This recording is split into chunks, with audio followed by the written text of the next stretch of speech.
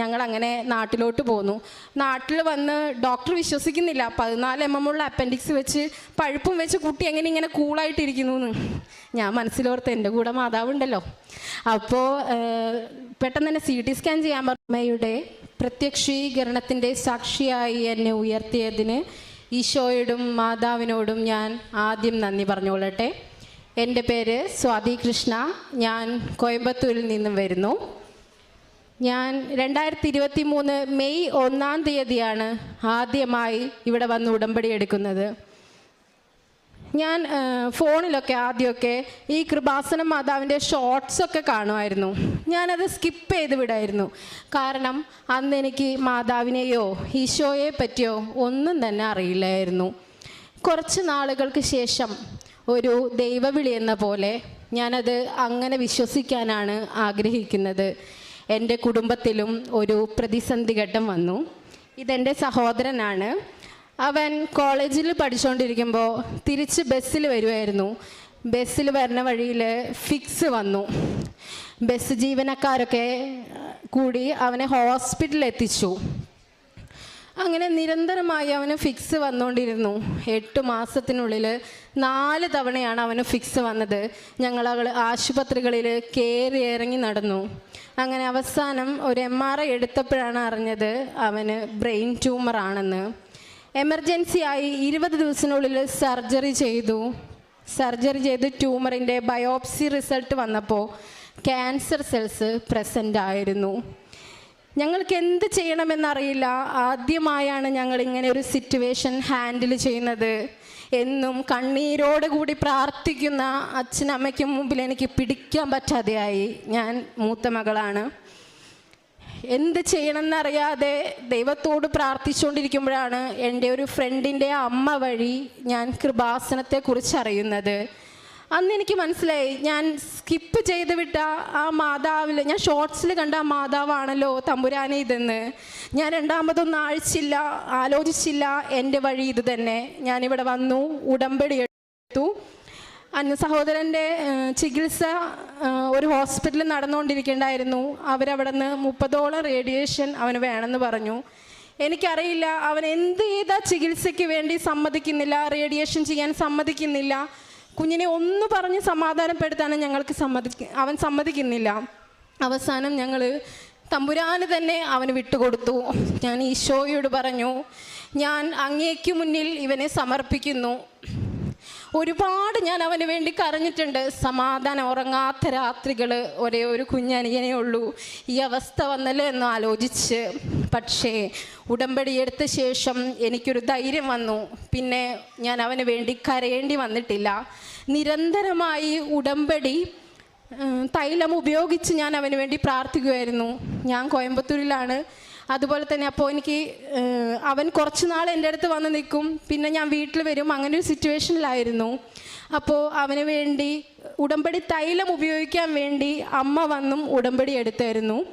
അങ്ങനെ ഈ ഒരു വർഷക്കാലം മുഴുവനും ഉടമ്പടി തൈലം തൊട്ട് ശക്തമായി ഈശോയോടും മാതാവിനോടും കരഞ്ഞു പ്രാർത്ഥിച്ചതിൻ്റെ ഫലം ലഭിച്ചു.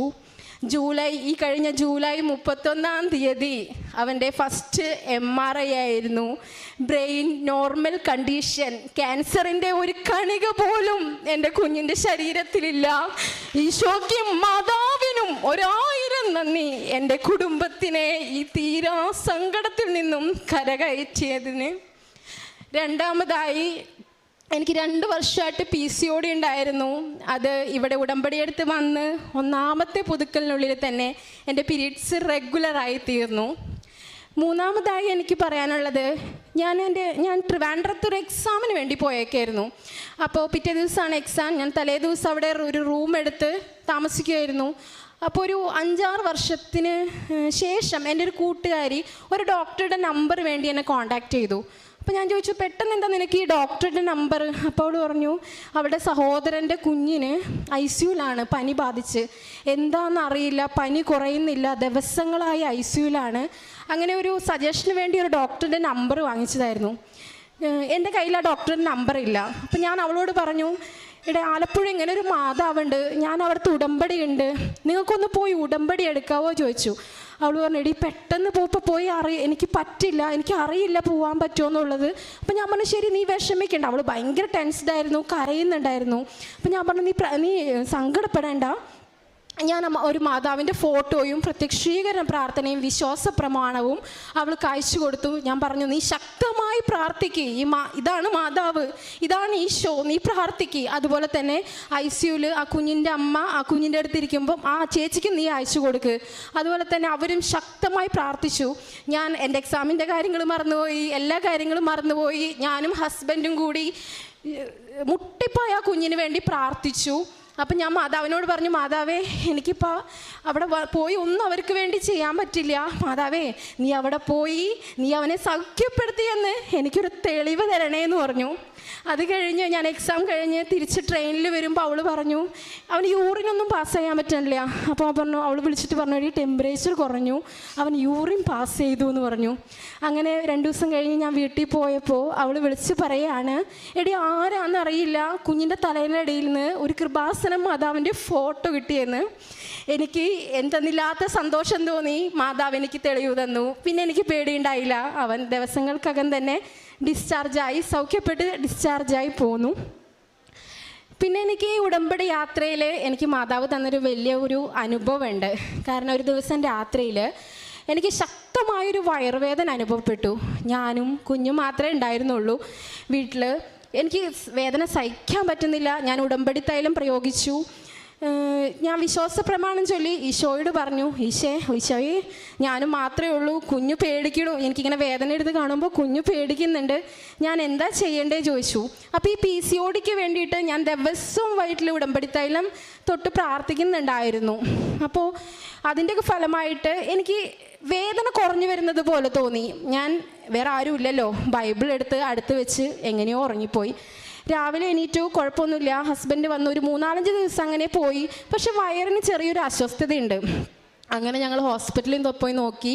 സ്കാൻ ചെയ്തപ്പോൾ 14 mm ഉള്ളൊരു അപ്പൻഡിക്സ് എൻ്റെ ശരീരത്തിലുണ്ട്, നല്ല പഴുപ്പുമായിട്ടുണ്ട്. അങ്ങനെ ഒരു 5 ദിവസത്തേക്ക് ഡോക്ടർ ആൻറ്റിബയോട്ടിക് തന്നു. അപ്പോൾ ഹസ്ബൻഡിന് ഒരു സംതൃപ്തിക്കുറവ്, ഞങ്ങളങ്ങനെ നാട്ടിലോട്ട് പോന്നു. നാട്ടിൽ വന്ന് ഡോക്ടർ വിശ്വസിക്കുന്നില്ല 14 mm ഉള്ള അപ്പൻഡിക്സ് വെച്ച് പഴുപ്പും വെച്ച് കുട്ടി എങ്ങനെ ഇങ്ങനെ കൂളായിട്ടിരിക്കുന്നു എന്ന്. ഞാൻ മനസ്സിലോർത്ത് എൻ്റെ കൂടെ മാതാവുണ്ടല്ലോ. അപ്പോൾ പെട്ടെന്ന് തന്നെ CT സ്കാൻ ചെയ്യാൻ പറഞ്ഞു. CT സ്കാൻ ചെയ്തപ്പോഴും അതുപോലെ തന്നെ ഉണ്ട് അപ്പൻഡിക്സ്. അങ്ങനെ ഒരു എമർജൻസി സർജറി പറഞ്ഞു. പിറ്റേ ദിവസം തന്നെ അവർ സർജറിക്ക് തയ്യാറായി വരാൻ പറഞ്ഞു. എനിക്ക് പേടിയൊന്നും ഉണ്ടായില്ല. ആദ്യമൊക്കെ എനിക്ക് ഭയങ്കര പേടിയായിരുന്നു ഈ സർജറി, ഇഞ്ചക്ഷൻ എന്നൊക്കെ പറയുമ്പോൾ. ഞാൻ ധൈര്യമായിട്ട് ചെന്നു. അപ്പോൾ ഹസ്ബൻഡ് ചോദിച്ചു നിനക്കത് എവിടെ നിന്ന് ഇങ്ങനെ ധൈര്യം? ഞാൻ പറഞ്ഞു ഏട്ടാ ഈശോ ഉണ്ട് കൂടെ, മാതാവ് ഉണ്ട് കൂടെ, പിന്നെ നമ്മൾ എന്തിനാ പേടിക്കണേ. അപ്പോൾ രാവിലെ ചെന്നു.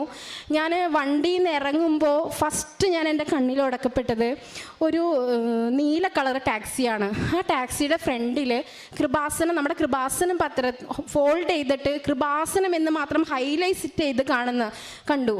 ഇപ്പം ഞാൻ പറഞ്ഞു മാതാവ് വന്നിട്ടുണ്ട് ഇവിടെ, മാതാവ് ഉണ്ട്. എൻ്റെ സർജറി ഡേറ്റ് തന്നിരുന്നത് മെയ് 31-ാം തീയതി, മാതാവിൻ്റെ മണക്കമാസം അവസാനം വൈകിട്ട് 3 മണിക്കായിരുന്നു. എനിക്ക് ഉറപ്പായിരുന്നു മാതാവ് കൂടെയുണ്ട്. അങ്ങനെ സർജറിക്ക് മുമ്പുള്ള പ്രൊസീജിയേഴ്സൊക്കെ കഴിഞ്ഞ് സർജറിക്ക് കയറ്റി. സർജറി കഴിഞ്ഞു. എനിക്ക് ലൈറ്റായിട്ട് ബോധം വന്നപ്പോൾ നല്ല വേദനയുണ്ട്. ക്ലോക്കിൽ അവിടെ ഒരു ക്ലോക്ക് ഉണ്ടായിരുന്നു, അവിടെ നോക്കിയപ്പോൾ 8 മണിയായി. പെട്ടെന്ന് എനിക്ക് ഓർമ്മ വന്നു എൻ്റെ സായാഹ്ന പ്രാർത്ഥന ചെയ്തിട്ടില്ലായിരുന്നു. അങ്ങനെ മനസ്സിലൊരു പച്ച തിരിയും കത്തിച്ച് വെച്ച് ഞാൻ എൻ്റെ സായാഹ്ന പ്രാർത്ഥന ചൊല്ലി പ്രാർത്ഥിച്ചു. അപ്പോഴാണ് എന്നെ അവിടെ നോക്കാൻ 2 നഴ്സുമാരുണ്ടായിരുന്നു. അതിലൊരു നഴ്സിൻ്റെ കയ്യിലൊരു റിങ്ങിൽ കൃപാസന മാതാവിൻ്റെ ഫോട്ടോ. ഞാൻ ചോദിച്ചു നിങ്ങൾ ഉടമ്പടി എടുത്തിട്ടുണ്ടോ? അപ്പോൾ നഴ്സ് പറഞ്ഞു ഞങ്ങൾ 2 പേരും ഉടമ്പടി എടുത്തവരാണ്. അപ്പം ഞാൻ പറഞ്ഞു ഞാനും ഉടമ്പടി എടുത്തിട്ടുണ്ട്. പിന്നെ ആ ICU മുഴുവൻ കൃപാസനം മാതാവും ഈശോയും ഇവിടുത്തെ അത്ഭുതങ്ങളും, അങ്ങനെ എൻ്റെ വേദനയൊക്കെ ഞാൻ പറഞ്ഞു. ഈ മാതാവിനെ കുറിച്ച് പറയാനൊരു സിറ്റുവേഷൻ കിട്ടുമ്പോൾ ഞാൻ ഒട്ടും അത് എന്താ പറയുക ഭയങ്കരമായിട്ട് സംസാരിക്കുമായിരുന്നു മാതാവിനെ പറ്റി. അങ്ങനെ ഞങ്ങൾ മണിക്കൂറുകളോളം ഈശോയെ പറ്റിയും മാതാവിൻ്റെ പറ്റിയും ഇവിടുത്തെ അത്ഭുതങ്ങളെ പറ്റിയും സംസാരിച്ചു. വേദനകൾ ഞാൻ മറന്നു. സന്തോഷത്തോടു കൂടി പിറ്റേ ദിവസം ഞാൻ ഡിസ്ചാർജ് കഴിഞ്ഞ് പോയി എന്നുള്ളതാണ്. പിന്നെ എനിക്ക് പറയാനുള്ളത് ഞാൻ ചെയ്ത പ്രേക്ഷിത പ്രവർത്തികളെ കുറിച്ചാണ്. പ്രേക്ഷിത പ്രവർത്തികൾ ചെയ്യുമ്പോഴും മാതാവിൻ്റെ ഈശോയിൻ്റെയും ഇടപെടലുകൾ ഞങ്ങൾക്കിടയിലുണ്ടായിരുന്നു. ഞാൻ ഇവിടെ നിന്ന് എത്രത്തോളം പത്രം വാങ്ങിക്കൊണ്ട് പോകുന്നോ ഓരോ പത്രവും ഒരു സായാഹ്ന പ്രാർത്ഥനയ്ക്കും ഒരു പ്രത്യക്ഷീകരണ പ്രാർത്ഥനയ്ക്കും ശേഷം ഓരോ പത്രത്തിലും തൈലം തൊട്ട് പ്രാർത്ഥിച്ച് ഓരോ പത്രങ്ങളും ഓരോ ജീവിതങ്ങളായി കണ്ട് അവരുടെ ഭൗതിക ജീവിതത്തിനും അതിലുപരി അവരുടെ ആത്മീയ ജീവിതത്തിനും വേണ്ടി മനസ്സുരുകി പ്രാർത്ഥിച്ചിട്ട് കവലകളിൽ, ആശുപത്രികളിൽ, അതുപോലെ തന്നെ പള്ളികളിൽ എല്ലാം ഞങ്ങൾ കൊണ്ടുപോയി കൊടുക്കുമായിരുന്നു. ഇപ്പം ഞങ്ങൾ കോയമ്പത്തൂരാണ് താമസിക്കുന്നത്. അപ്പം ഞാൻ എൻ്റെ ഹസ്ബൻഡിനോട് പറയും, ഏട്ടാ നമുക്കിപ്പോൾ കോയമ്പത്തൂർ നമ്മളിപ്പോൾ എത്ര കാലം നിൽക്കും എന്നൊന്നും അറിയില്ല, പക്ഷേ നിൽക്കുന്നോടത്തോളം കാലം മാതാവിന് ഈശോയും നമുക്ക് കൈമാറിക്കൊണ്ടേയിരിക്കണം. 1, 2, 3 ഉടമ്പടി പുതുക്കിയപ്പോൾ ഞങ്ങൾ ചുറ്റുവട്ടത്തും അവിടെ പള്ളികളിലും എല്ലാം ഹോസ്പിറ്റലുകളിലൊക്കെ കൊണ്ടുപോയി നടന്നു കൊടുത്തു പത്രം. അപ്പം ഞാൻ ഒരു സേടൻ്റെ അടുത്ത് പറഞ്ഞു, ഏട്ടാ ഇനി നമുക്ക് കുറച്ചും കൂടി അകലെ പോകണം, ഇവിടെ ഏകദേശം കുറച്ച് സ്ഥലങ്ങളിലൊക്കെ നമ്മൾ ഈശോയും മാതാവിനും കൈമാറി കഴിഞ്ഞു, ഇനി നമുക്ക് കുറച്ചും കൂടി അകലെ പോവാം. അപ്പോൾ വഴികളൊന്നും ഞങ്ങൾക്ക് അധികം പരിചയമില്ല. ഞങ്ങൾ പൊള്ളാച്ചി റൂട്ട് പോയപ്പോൾ അത് ഫുള്ള് ഹൈവേ ആയിരുന്നു, ആൾക്കാരൊന്നുമില്ല. ഞങ്ങൾ എപ്പോൾ പത്രം കൊടുക്കുമ്പോഴായാലും ഒരുപാട് ജനങ്ങൾ തിങ്ങി നിറഞ്ഞെടുത്ത് മാത്രമേ പറഞ്ഞ് പത്രം കൊടുക്കാറുണ്ടായിരുന്നുള്ളൂ. അപ്പോൾ പൊള്ളാച്ചി റൂട്ട് പോയപ്പോൾ ആൾക്കാരൊന്നുമില്ല, ഹൈവേ ആണ്. അപ്പോൾ ഞങ്ങൾ പറഞ്ഞു എന്നാൽ ബസ് സ്റ്റാൻഡിൽ നമുക്ക് പോയി പത്രം കൊടുക്കാം. ബസ് സ്റ്റാൻഡിൻ്റെ അടുത്ത് നോക്കിയപ്പോൾ ഭയങ്കര തിരക്ക്, വണ്ടി പാർക്ക് ചെയ്യാനായിട്ട് സ്ഥലം കിട്ടില്ല. പാർക്ക് ചെയ്യാൻ മെല്ലെ വണ്ടി നീക്കി പോയി നേരെ കൊണ്ട് നിർത്തിയത് ഒരു മാതാവിൻ്റെ പള്ളിയുടെ ഫ്രണ്ടിലായിരുന്നു. എന്താ പറയണ്ടതെന്ന് എനിക്കറിയില്ല. വിശുദ്ധ കുർബാന നടക്കുന്ന സമയമായിരുന്നു. ഞാനൊരു ഹിന്ദു ആണ്. എനിക്ക് എന്താണെന്നറിയില്ല, ഭയങ്കര സന്തോഷം തോന്നി. ഞങ്ങൾ 2 കിലോ പത്രം എടുത്ത് ഇറങ്ങി പള്ളിയുടെ പോയി വിശുദ്ധ കുർബാന കൂടി. കുർബാനയ്ക്ക് ശേഷം സന്തോഷത്തോടു കൂടി പറഞ്ഞുകൊണ്ട് ഇങ്ങനെ കേരളത്തിൽ ആലപ്പുഴ എന്നൊരു പള്ളിയുണ്ട്, മാതാവിൻ്റെ പള്ളിയുണ്ട്, അവിടെ പോയി പ്രാർത്ഥിക്കണം, നിറയെ ബ്ലെസ്സിങ്സ് ഒക്കെ ഉള്ള ഒരു ഇടമാണ്, നിങ്ങളും പോയി പ്രാർത്ഥിക്കണേന്ന് എല്ലാവരോടത്തും പറഞ്ഞ് ആ പത്രം ഞങ്ങൾ കൊടുത്തു. അങ്ങനെ തന്നെയാണ്. അതുപോലെ തന്നെ കാരുണ്യ പ്രവർത്തികളായി ചെയ്തിരുന്നത് എല്ലാ ഞായറാഴ്ചകളിലും ഞങ്ങൾ ഭക്ഷണപ്പൊതി രാവിലെ 5:30 എഴുന്നേറ്റ് പ്രത്യക്ഷീകരണ പ്രാർത്ഥനയ്ക്ക് ശേഷം ഒരു 13-14 പൊതി രാവിലത്തെ ഭക്ഷണം വീട്ടിൽ തന്നെ പാചകം ചെയ്ത് അതും കൊണ്ട് ഇറങ്ങും. വഴിയോരങ്ങളിൽ ഇരിക്കുന്നവർക്ക് ഭക്ഷണം കൊടുക്കും. ഞങ്ങൾ ആദ്യത്തെ തവണ ഇത് ഉടമ്പടി എടുത്ത് വന്നതിന് ശേഷം സ്റ്റാർട്ട് ചെയ്ത ശേഷം ഞങ്ങൾക്ക് പെട്ടെന്ന് കൊടുക്കാൻ പറ്റി 12 പൊതി. അങ്ങനെ ഒരു ദിവസം ഒരു സൺഡേ ഞങ്ങൾക്ക് കൊടുക്കാൻ പറ്റിയില്ല. അപ്പോൾ ഞങ്ങൾ ഒരു ഇട ദിവസം പോയാണ് ഞങ്ങളത് കൊടുത്തത്. അപ്പോൾ ഹസ്ബൻഡിന് 9 മണിക്ക് പഞ്ച് ചെയ്യും വേണം, ഓഫീസിൽ പോവും വേണം. അപ്പോൾ ഞങ്ങൾ നോക്കിയപ്പോൾ ആരെയും കണ്ടില്ല രാവിലെ തന്നെ. ഞങ്ങൾ എന്ത് സാരമില്ല, ഇനി ലേറ്റ് ആയാലും സാരമില്ല, ഒരുപാട് ദൂരം വണ്ടി ഓടിച്ച് കണ്ടെത്തി കൊടുത്തു. മനസ്സിന് ഭയങ്കരമായൊരു സന്തോഷം തോന്നി, ഒരു ആത്മസംതൃപ്തി തോന്നി. അന്നാണ് ഈ ഉടമ്പടി ജീവിതത്തെ എത്രത്തോളം നമുക്ക് മാനസികമായും നമുക്ക് എത്രത്തോളം സന്തോഷം തരും ദൈവത്തിലേക്ക് അടുക്കുമ്പോൾ എന്ന് ഞങ്ങൾക്ക് മനസ്സിലായത്. അതുപോലെ തന്നെ എനിക്ക് ഒന്ന് പറയാനുള്ളത്, നമ്മൾ ഏത് പ്രതിസന്ധി ജീവിതത്തിലൂടെ കടന്നു പോകുമ്പോഴും ഈശോയെയും മാതാവിനെയും മുറുകെ പിടിക്കുക. നമ്മളെ തളർത്താൻ പല പരീക്ഷണങ്ങളുണ്ടാവും, പക്ഷേ മുറുകെ പിടിക്കുക. അത് ഈശോയും മാതാവും തന്നെ നമ്മുടെ പുതിയ ജീവിതത്തിലേക്കുള്ള വഴി തെളിയിക്കും എന്നതാണ് എൻ്റെ വിശ്വാസം. ഈശോയ്ക്കും മാതാവിനും കോടാനുകോടി നന്ദി. ഈ അൾത്താരയിൽ നിന്ന് എന്നെ സാക്ഷ്യം പറയുവാൻ അനുഗ്രഹിച്ചതിനും അതുപോലെ തന്നെ എൻ്റെ സഹോദരന് മുന്നിൽ നിങ്ങളുടെയൊക്കെ ഒരു സാക്ഷിയായി, മാതാവിൻ്റെ പ്രത്യക്ഷീകരണത്തിൻ്റെ സാക്ഷിയായി ഇന്നിവനെ പൂർണ്ണ ആരോഗ്യത്തോടെ ഇവിടെ നിൽക്കുവാനും അനുഗ്രഹിച്ച ദൈവത്തിന് കോടാനുകോടി നന്ദി. സ്നേഹം നിറഞ്ഞവരെ,